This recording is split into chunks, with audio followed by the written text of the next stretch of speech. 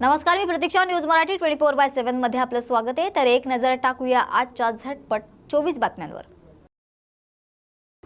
लालबागचा राजा सार्वजनिक गणेश मंडळ यांच्यातर्फे गणेश मूर्तीचं प्रथम मुखदर्शन करण्यात आले. माजी मुख्यमंत्री विलासराव देशमुख यांचे सुपुत्र आणि सुप्रसिद्ध अभिनेते रितेश देशमुख यांनी सातारच्या छत्रपती शिवाजी महाराजांच्या संग्रहालयात भेट देऊन वाघ नखांची पाहणी केली. येणाऱ्या काळात महाराष्ट्रात महाविकास आघाडीचे सरकार बनणार असा दावा वर्षा गायकवाड यांनी केलाय. कल्याणमधील गणेश भक्तांसाठी मोफत बस सेवा उपलब्ध करण्यात आली असून प्रवाशांनी मुख्यमंत्री एकनाथ शिंदे आणि खासदार श्रीकांत शिंदे यांचे आभार देखील मानलेत.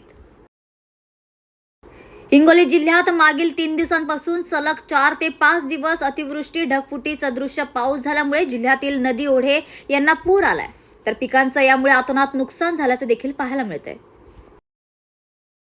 पुठ्ठ्यांच्या कागदी मकरातून गडकिल्ले संवर्धनाचा संदेश देण्यात आलाय. तर गणेशोत्सवाच्या पार्श्वभूमीवर कारागिरांची ही नवी संकल्पना सर्वांच्याच पसंतीस उतरते.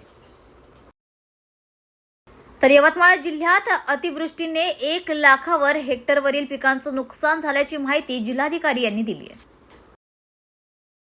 तर गौरी गणपती उत्सवाला अवघे काहीच तास शिल्लक आहे. तर बुलढाणा जिल्ह्यातील बाजारपेठ गणेश मूर्ती, गौरीचे मुखवटे आणि सजावट साहित्यांनी सजलेला दिसतायत. राजकोट येथील पुतळा दुर्घटनेतील शिल्पकार जयदीप आपटे आणि तांत्रिक सल्लागार डॉक्टर चेतन पाटील यांना 10 सप्टेंबर पर्यंत पोलीस कोठडी सुनावण्यात आली आहे. उद्धव ठाकरे यांना आता त्यांची जागा कळाली आहे असं वक्तव्य संजय शिरसाट यांनी केलं. रामगिरी महाराजांच्या आक्षेपार्ह वक्तव्याविरोधात महाविकास आघाडी आणि सामाजिक संघटनांचे धरणे आंदोलन करण्यात आले. आदिवासी समाजाच्या विविध मागण्यांसाठी हिंगोलीच्या जिल्हाधिकारी कार्यालयावर आदिवासी बांधवांनी मोर्चा काढलाय. अतिवृष्टीमुळे झालेल्या नुकसानाचे तात्काळ पंचनामे करून शेतकऱ्यांना मदत देण्याची मागणी राजेश टोपे यांनी केली आहे. शिक्षक दिनाचे औचित्य साधत कर्जत खालापूर तालुक्यातील शिक्षकांच्या सन्मान सोहळ्याचे आयोजन करण्यात आले.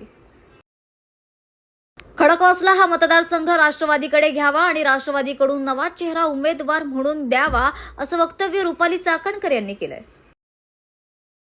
आगामी काळात गणेशोत्सव आणि ईद सारखे अनेक सण साजरे होणार आहेत. त्या पार्श्वभूमीवर शहरात कायदा आणि सुव्यवस्था अबाधित राहावी यासाठी जालना शहरातील 3 पोलीस स्टेशनच्या वतीनं पथसंचलन करण्यात आलंय. नंदुरबारच्या गणेश मूर्त्यांना गुजरात आणि मध्य प्रदेशमधून मोठ्या प्रमाणात मागणी मिळत असून गणेशोत्सवासाठी गणेश मंडळ आता सज्ज झालंय.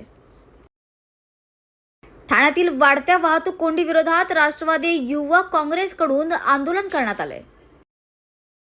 अवैध गोष्टींवर आळा बसावा यासाठी शहरात सीसीटीव्ही कॅमेराची नजर राहणार असल्याचं विजयकुमार गावित यांनी सांगितलंय. तर या होत्याच्या झटपट 24 बातम्या. आपण अशाच झटपट बातम्यांसाठी पाहत रहा न्यूज मराठी 24/7. नवा भारत, नवा विचार.